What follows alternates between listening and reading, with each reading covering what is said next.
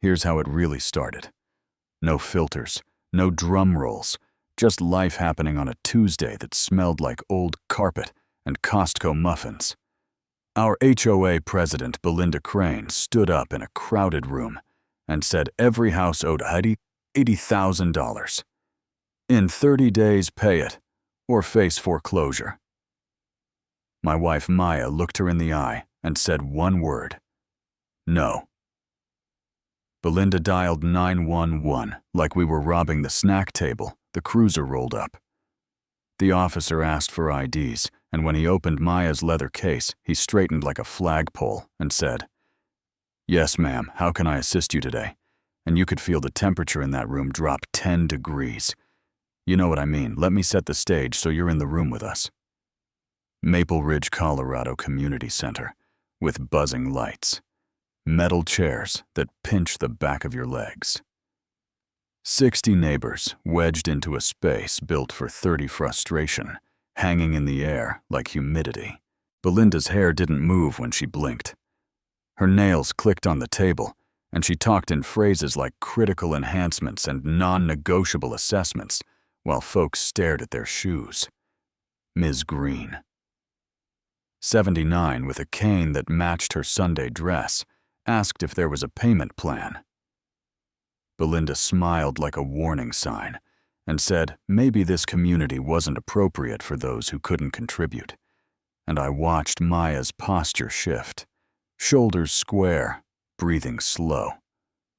That quiet you learn after 22 years of service, when it's time to draw a line and then hold it. Belinda told the dispatcher we were hostile government people, intimidating civilians, which would have been funny if Ms. Green's hands weren't shaking the kid 3 houses down. Noah Kim put his phone up and started streaming because he has that instinct for trouble the internet rewards. And while the chat filled with popcorn emojis, Officer Delgado did something simple and rare. He listened. He took statements he asked for papers he wrote, as Ms. Green explained how last year she paid $38,000 cash for an emergency roof fee that vanished into the contractor fog. How she ate soup for months to make it work. How the letters sounded polite until you read the part about liens. Maya opened the folder in her tote, not flashy. Just a clean stack.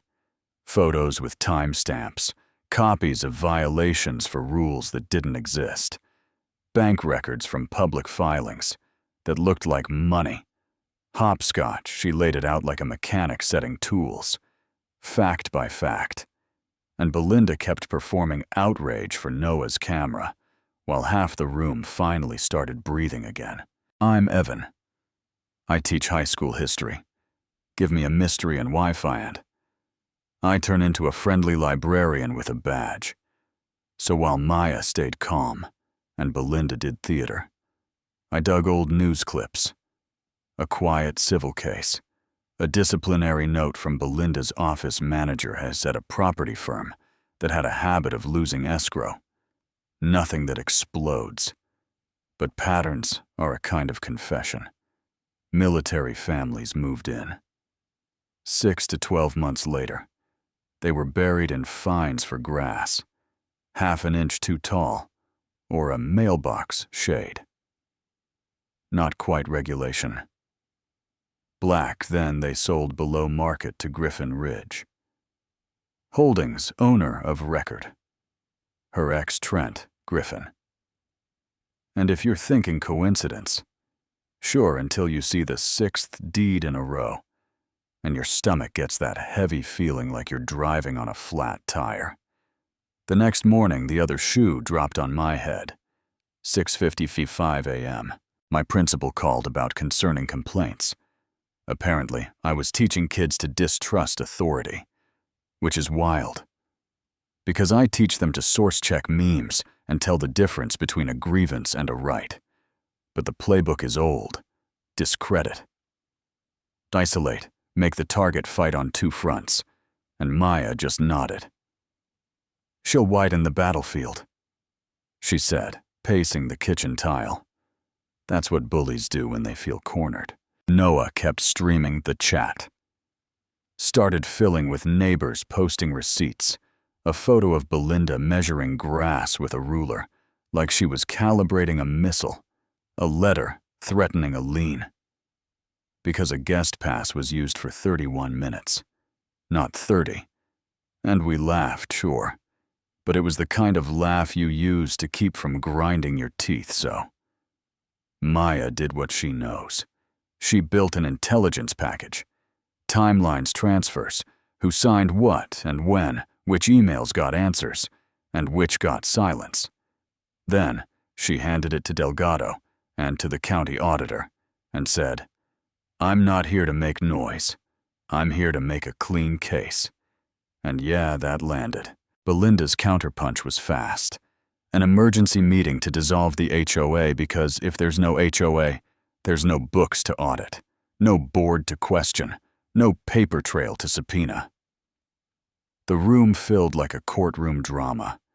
2 lawyers flanked her expensive shoes, smooth hair, and Belinda opened with divisive elements and legal exposure. Then Maya plugged in a thumb drive and gave a presentation. My civics kids would have cheered, not a takedown reel. Just debit to deposit to deed. 6 families forced to sell. 6 flips. 6 profits. All of them passing through Griffin Ridge like a toll booth. She paused at Ms. Green and said, "This isn't about lawns. This is about putting fear on paper and calling it policy." And something shifted in the room. People looked up, met eyes, shoulders uncurled. Then the twist. Someone whispered, "What's that sound we moved toward?" The propped door. And there was Belinda in the afternoon light feeding stacks of paper into a portable shredder like she was training for an office Olympics. Noah's camera caught it clean. "Oh my God, she's destroying records," he whispered to thousands. Belinda's lawyer muttered advice of counsel and tried to float out of the building, and that's when 2 folks from the State Financial Crimes Unit walked in. Not loud badges out one, with the soft voice of a man who has put handcuffs on accountants, and in 10 minutes, the air in that room had a different weight. After that, it was subpoenas and boxes and a lot of quiet hallways where serious people said, "We'll be in touch." Griffin Ridge tried to distance itself. Belinda tried to buy support with deferrals. If you signed a loyalty letter, some neighbors took the deal. Most didn't, and we started doing small things that matter. We walked Ms. Green's dog. We texted when letters came, so nobody read threats alone. We made porch coffee into a tiny town hall. The arrest wasn't cinematic. It was 7:12 a.m. A knock, a robe, a smile that practiced innocence, then papers on a clipboard, and a tone that says this is happening. Belinda looked past the agents at Maya standing across the street, with Ms. Green both in sweatshirts holding travel mugs like armor. "You think you won?" she hissed, "just for us. People you don't know will make sure you regret this."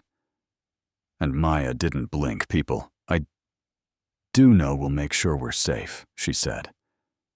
And the door closed behind Belinda like a period. The trial took months. Noah's videos went in, minus the memes the prosecutor walked the jury through. Money that moved in circles.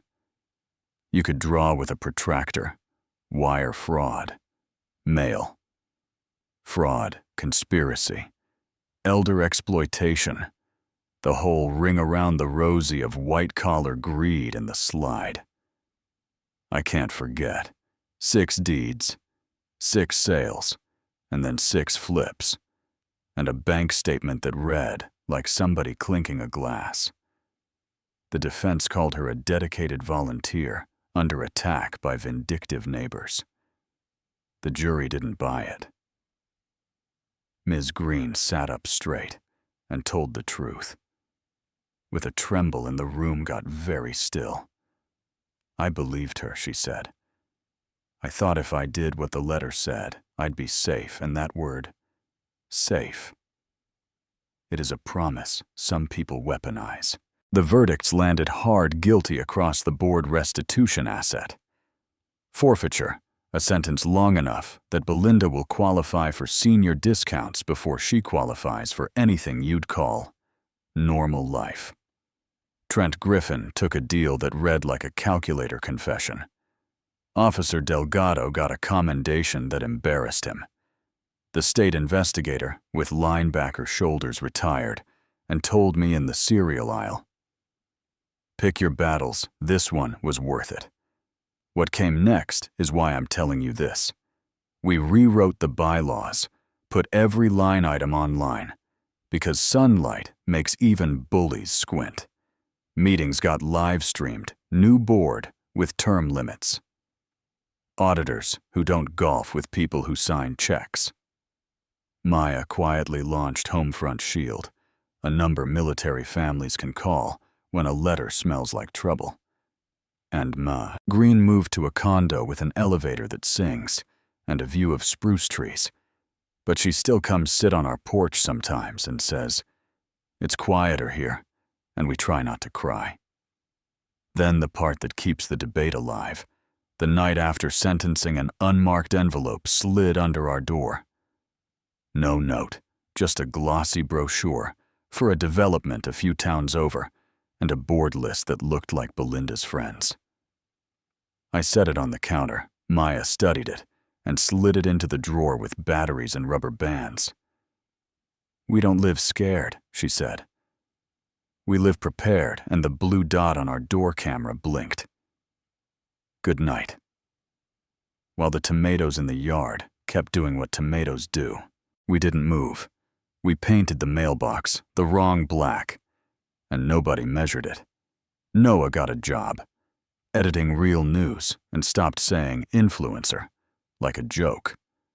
My students ask if protests matter, if letters matter, if one voice in a hot room can do anything.